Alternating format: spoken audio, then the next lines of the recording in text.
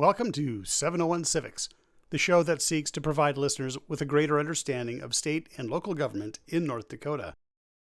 I'm your host, former social studies teacher Brian Pechtel, and I hope you'll join me as we learn together by visiting with a variety of elected officials and leaders throughout the state about the role of state and local government in the everyday lives of North Dakotans. All right, welcome everybody for joining us today. 701 Civics is looking at people who carry out the laws. We visit with people who make the laws, and we often wonder who enforces them, how are those laws carried out. So I'm very grateful today for the North Dakota Highway Patrol for taking time. And so to begin with a little bit of a change, I have two guests instead of just one. So if you could just take just a moment, a little bit of your name, your rank, your background, how you got where you are today. Okay, hi. Well, the sad thing is you gave me a microphone and they kind of like attract to me, so I might take more than a minute. But I'm Danny Haugen, and I'm the superintendent of the Highway Patrol. I'm originally from Langdon and graduated from Langdon High School and went right into the Marines. And after serving the Marines, I went to college and applied with the Highway Patrol and got hired. And I knew I always wanted to be a trooper, and so worked towards achieving that goal. And have never regretted it, and have worked myself through different areas of the state, different posts and different ranks. And back in December, then Governor Burgum appointed me as interim superintendent, and then Governor Armstrong appointed me full-time superintendent on the 15th. So I love change. I hate sitting still. I'm always looking for improvements, and so hopefully I can have a positive effect on this agency. Hi, I'm Lieutenant Jenna Clawson Huibregtse, first day on the job as a lieutenant. I'm our agency's safety and education officer and public information officer. I oversee our social media outreach, and then capital security, dignitary protection, and our crash assistance program. I started in the agency in New Salem as a traffic trooper, and then created our agency's cultural liaison officer program after the Dakota Access Pipeline protests. And that was kind of my bigger start to the agency after I had left the road. So I grew up in a town called Plentywood, Montana, and that's just right outside the Fort Peck Indian Reservation. When I moved to North Dakota, I completed my education in cultural anthropology and started to kind of look around the state to see what it was that I wanted to do in a more practical setting of either join the military or join law enforcement and try to bring in what I saw the Fargo Police Department doing, and that was creating a cultural liaison officer program in law enforcement. So fortunately, when I started in 2015, I noticed quickly that this was a progressive agency that was looking to kind of do things differently in North Dakota. And then after the Dakota Access Pipeline protests, I was given the opportunity to start that program for our agency and really start interfacing a lot with tribal nations. And we've since expanded that now to new American populations, and then the populations that come in as sort of transient and working, say, in the oil field and things of that nature. So kind of a wide variety, and very fortunate to work for an agency that looks at opportunity to serve the citizens in new ways and lets us kind of take off and do that. Yeah, sounds like a lot of hats for each person. Yes. How many Highway Patrol officers are there today? So our authorized strength is 171. We probably have 5 vacancies right now, and we're in the middle of the hiring process. We do have some upcoming retirements on paper, so we'll probably be looking at a class of between 8 and 10 starting in May. Okay. Well, just overall, how would you summarize the Highway Patrol's mission and how it supports public safety in North Dakota? The Highway Patrol's mission of making a difference every day by providing high quality and law enforcement services is our largest impact is public safety on the highway system. The goal of each trooper is to, it's funny because if a trooper writes a ticket, they may have ruined someone's day, personally in their head. Mm-hmm. But that interaction may change their future course and the decisions they make as they drive. And if you think about one life saved and how many generations of humans are related to that one individual, it's quite amazing what our troopers do and don't even realize it. the impact they have on people.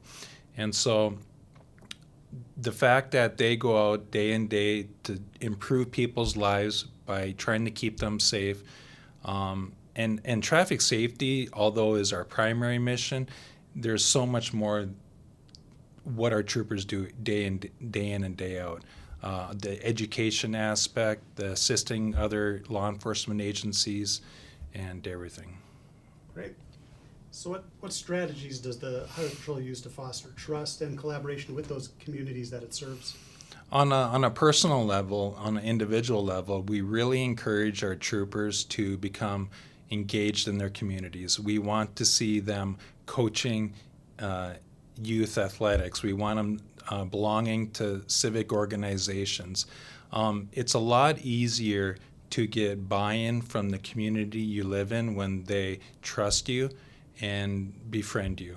And so we want them to be really engaged with their communities. And at work, by being extremely professional and fair, very consistent, not pulling favorites, just do what you do on a daily basis for the improvement of society. And I would imagine a number of that focus is traffic safety and education. Vision Zero is one of those important aspects. What is that for those who aren't aware?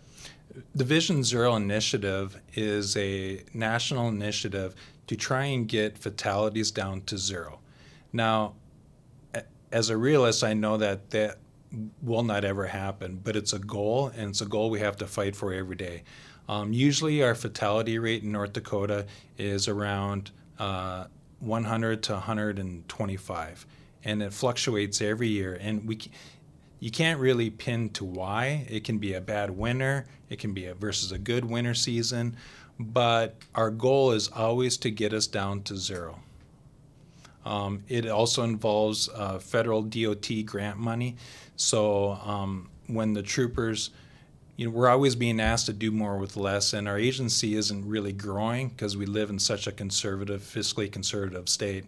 So a lot of times our troopers will work on their days off with Vision Zero overtime. And so that's how they can help get us towards that goal, by working on their days off. So the population in North Dakota has obviously increased a lot in the last several years. Have those fatalities and accidents kind of stayed, percentage-wise, stayed the same or almost decreased? We have a reduction from the previous couple of years, so we're actually on a downward trend right now. But like I said, you can't really put your finger on to why, other than everyone's hard work, but it's not as easy as that. So next year it could go back up. But we did see our highest increase during the oil boom. Sure. With the legislators coming in. Sure. Which has decreased a little bit since Correct. 2016 or so. Yes. Okay. How does the department handle and reduce those incidents of impaired or distracted driving? Cell phones obviously are much more prevalent, screens and whatnot. Has there been an increase in noticing that as well? Distracted driving in general is a extremely large cause of traffic crashes. And the bad part is that most times we can't identify that because no one's going to admit to it. Mm-hmm.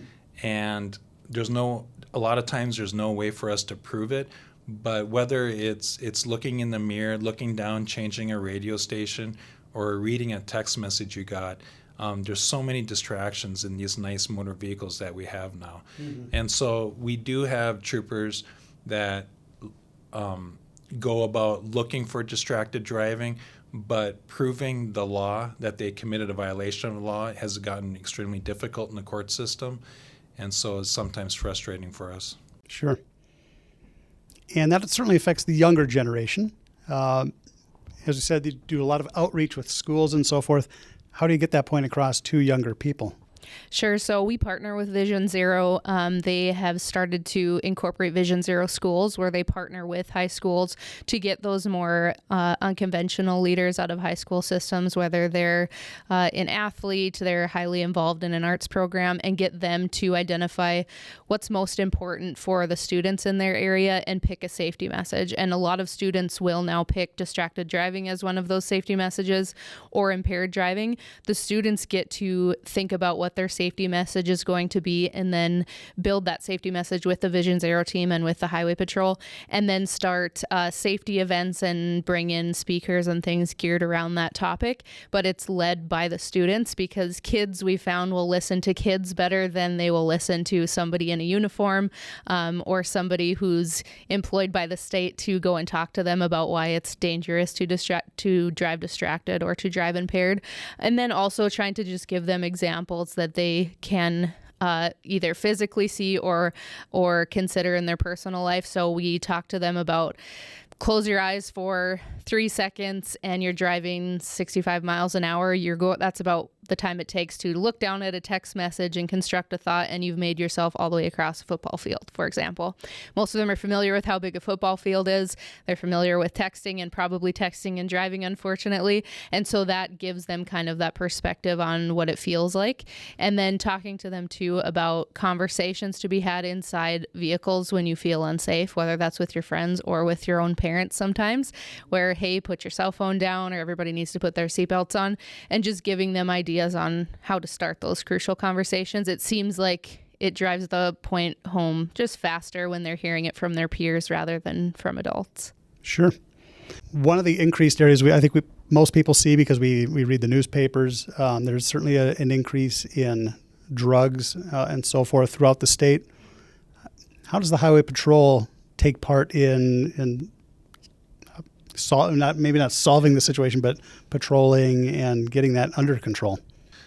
One of my, I don't want to call it platforms, but one of my initiatives coming here is to get the perception of the Highway Patrol away from traffic safety and transition to public safety. More people died of overdose deaths last 3 years each year than traffic fatalities. But we see all these news releases about traffic fatalities, which is good because people are reading it. They're like, holy cow, I need to be careful out there. But there's not a news release every time someone drives of a fentanyl overdose. Mm-hmm. Yet it's killing more North Dakotans than traffic fatalities. So in recent years, the Highway Patrol has implemented criminal interdiction teams. And so we have 12 criminal interdiction troopers based on US 2, I-29, and I-94, and they don't respond to crashes. They don't close roads during blizzards. They solely look for crime being committed on the interstate and highway system. And so they're specially trained on interdiction efforts, what questions to ask, what indicators to look for. And in the future, I'd like to see us move into being more engaged participants in narcotic drug task forces and stuff like that. Historically, we have not participated in those because we've been very single-track mindset of traffic safety. Mm-hmm. But that's not what North Dakota needs, nor its citizens. We all need to be together fighting the war on drugs, so to speak, not to quote Nancy Reagan, but we all have to do this together. So, sure. And you mentioned training, so we'll kind of jump into that a little bit. What is the role of the Law Enforcement Training Academy, and how does it prepare troopers for their work down the road? Yep. So in decades ago, law enforcement training, 1900 to 1960 was very siloed, meaning each agency kind of managed their own training. There was no real formal training. And in 1971, the legislators appropriated funds for a new law enforcement center right beside Bismarck State College. And it was given under the authority of the Highway Patrol. And so 1971, the Law Enforcement Academy has had a curriculum so everyone receives equal and the same training statewide.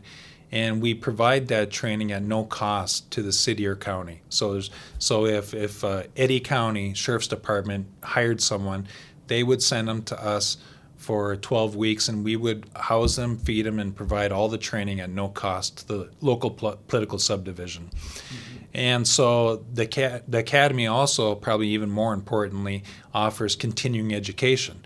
And so as law enforcement officers go through their career, they need refresher training, or maybe it's a new subject. We provide all that training.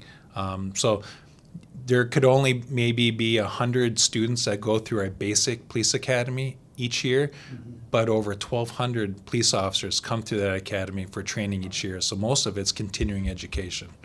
Okay. And so are troopers required to have X amount of hours per year, or is it just as it kind of comes up? Yep. So all law enforcement has to have 60 hours of continuing education every 3 years. So it averages 20 a year, and which seems like a small number. Like for us, we'll double, triple it. But for small agencies that have reduced budgets and limited staffing, it's hard for them to get away to attend training when there's no one covering that city or county. Sure.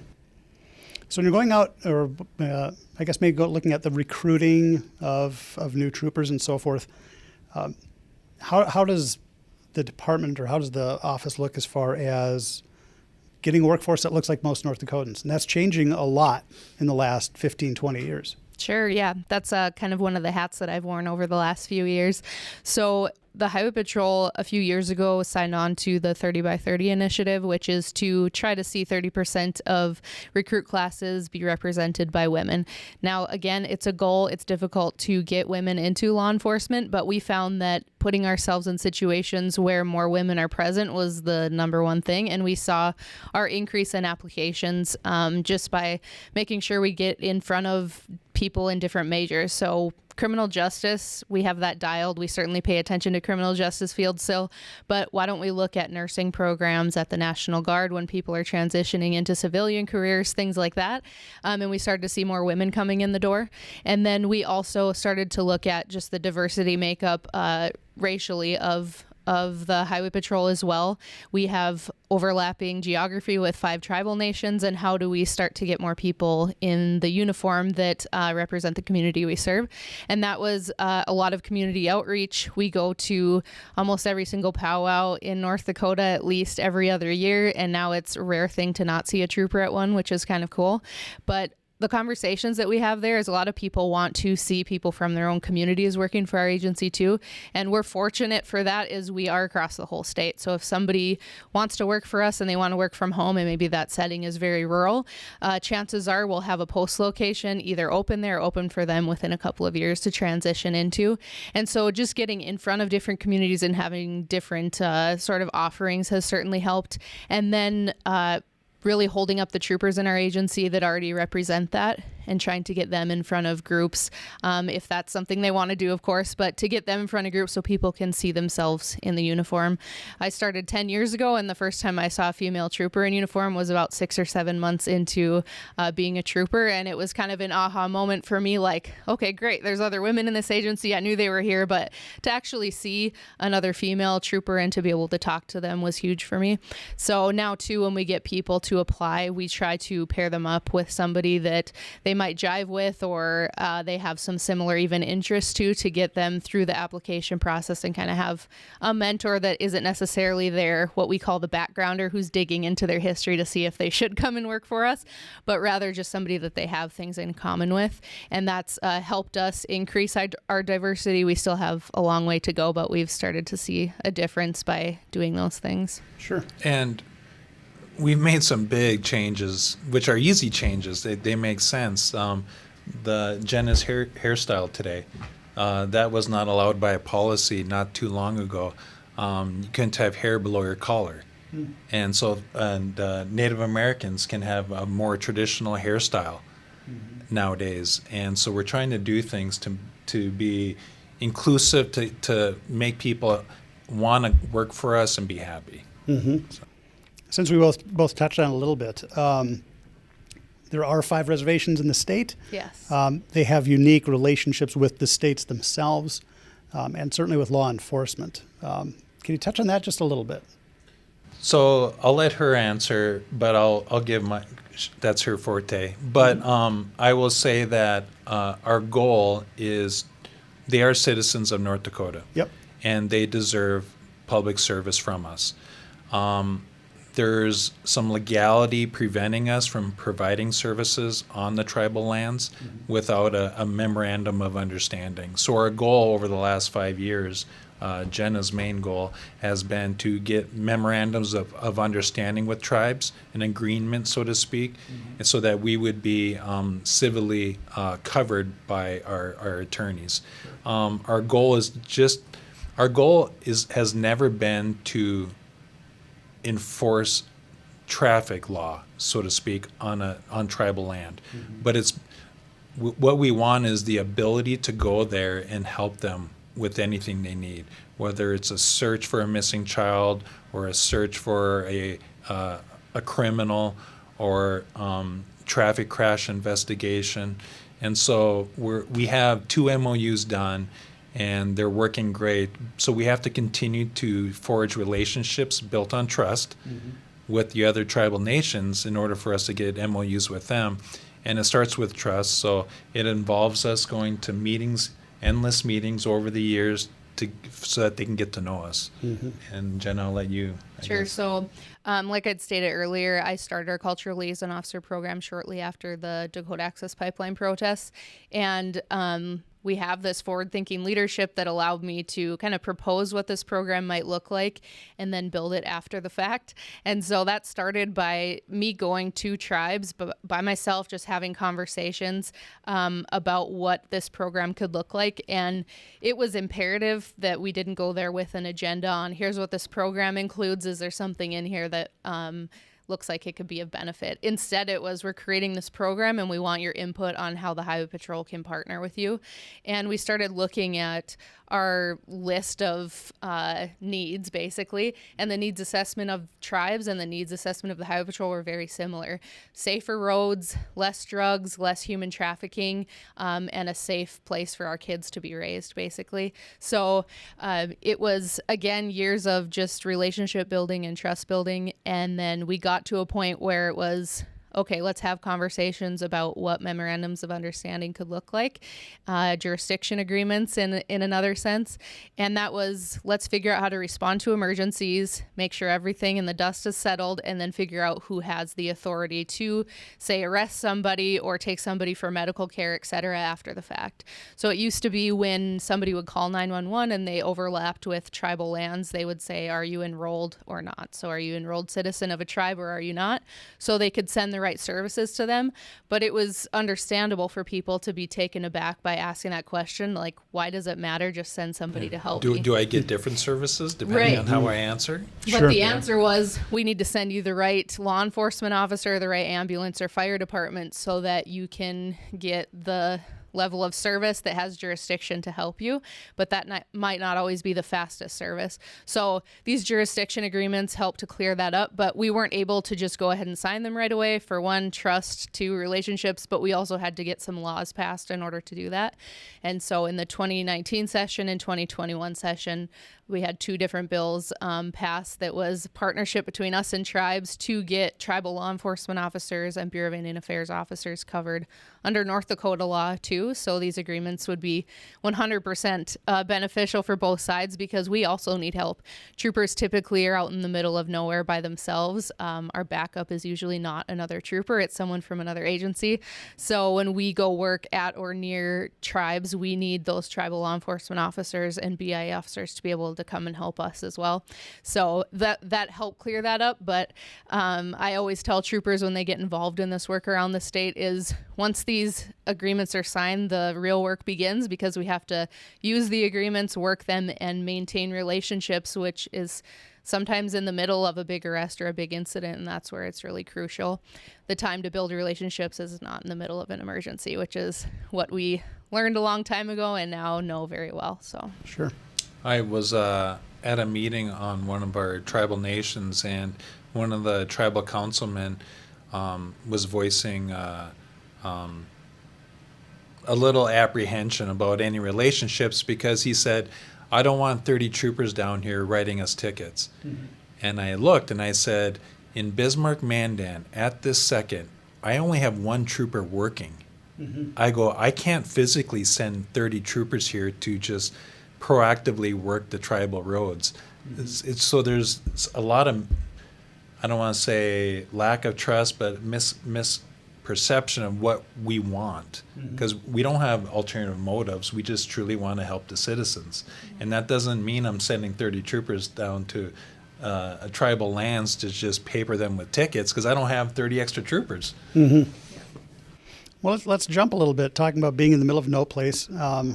Technology, how that has changed over the years. How's the Highway Patrol leveraging new technologies for public safety and operational efficiency? So when I started, we hand wrote citations on paper. Everything we did was on paper. If I wanted to run a driver's license, I had to call it in on the radio. And we went to having Panasonic Toughbook computers in all of our patrol cars, which is just the standard today. But a trooper can scan a driver's license so they don't have to do all the data entry. On their computer, they have computer-aided dispatch. They can run someone for warrants. They can run someone's driver's license on the computer. They can type their report in their car. Years ago, you would handwrite it, and later have to have the administrative assistant type it for you, or you would type it yourself.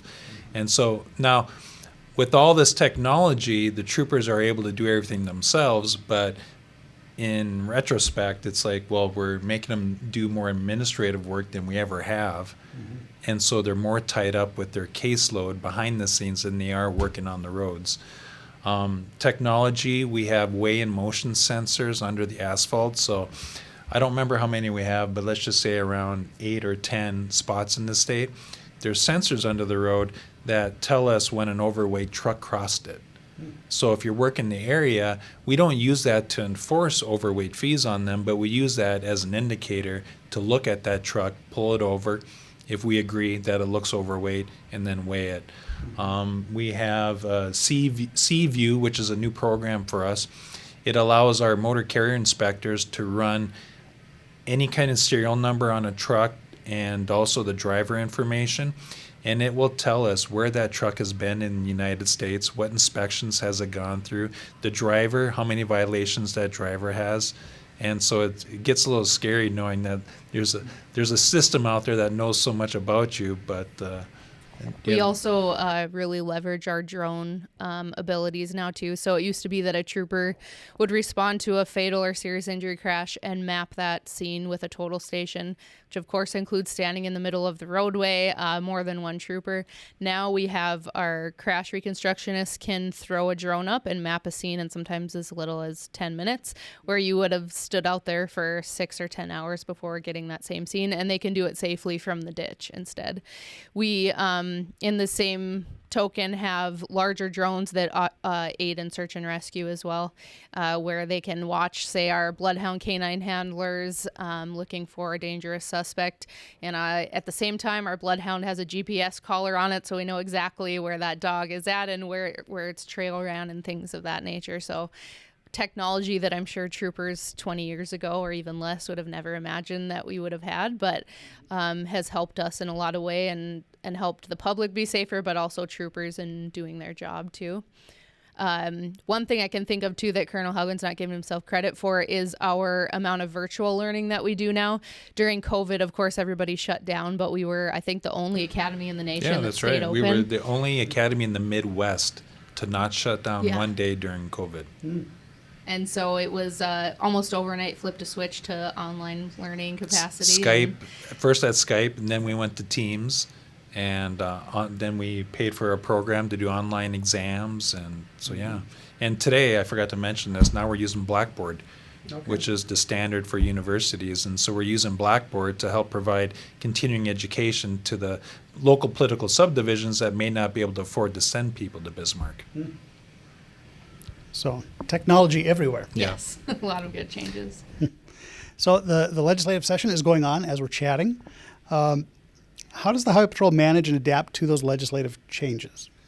Obviously, you're reliant on your budget from them and so forth. So budget aside, and which I testify on in half an hour.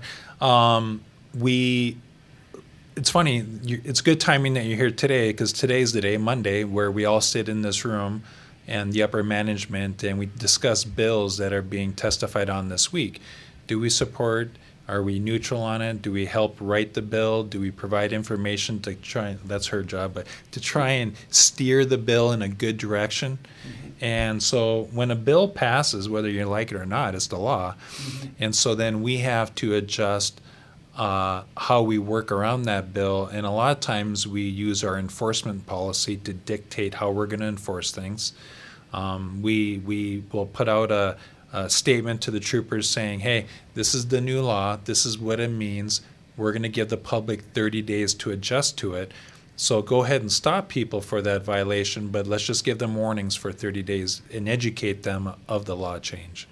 Do you have anything to We add? also, at the end of session, have an attorney give us an overview of all the laws that will affect law enforcement. So that not only goes to our agency, but is available to all law enforcement agencies across the state.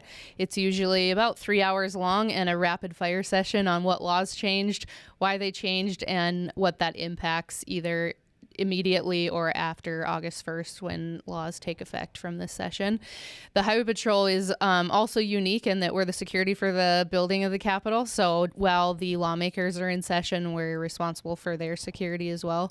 And there's more than just goes on than laws passing. People are free to come and voice their concerns and things, but sometimes that can also turn south and people will, initiate threats on different lawmakers and things of that nature. So our investigating authority is that as well. So we wear quite a few hats during session to include that big security piece, which is, of course, incredibly important for lawmakers to do their jobs and for people to be able to come and use their ability to use their voice to testify for or against laws as well. Okay. Last two questions. If someone is interested in becoming a Highway Patrol officer, what's their first step? Sure. So we want them to reach out to us right away. They can go to our social media on Facebook and Instagram, go to our website. Our recruiter's name is Mike Wald, Trooper Mike Wald. He has his cell phone number and email right on the website. So you can reach out to him and he will fill your earful about why we're the best agency to work for, which of course we think so.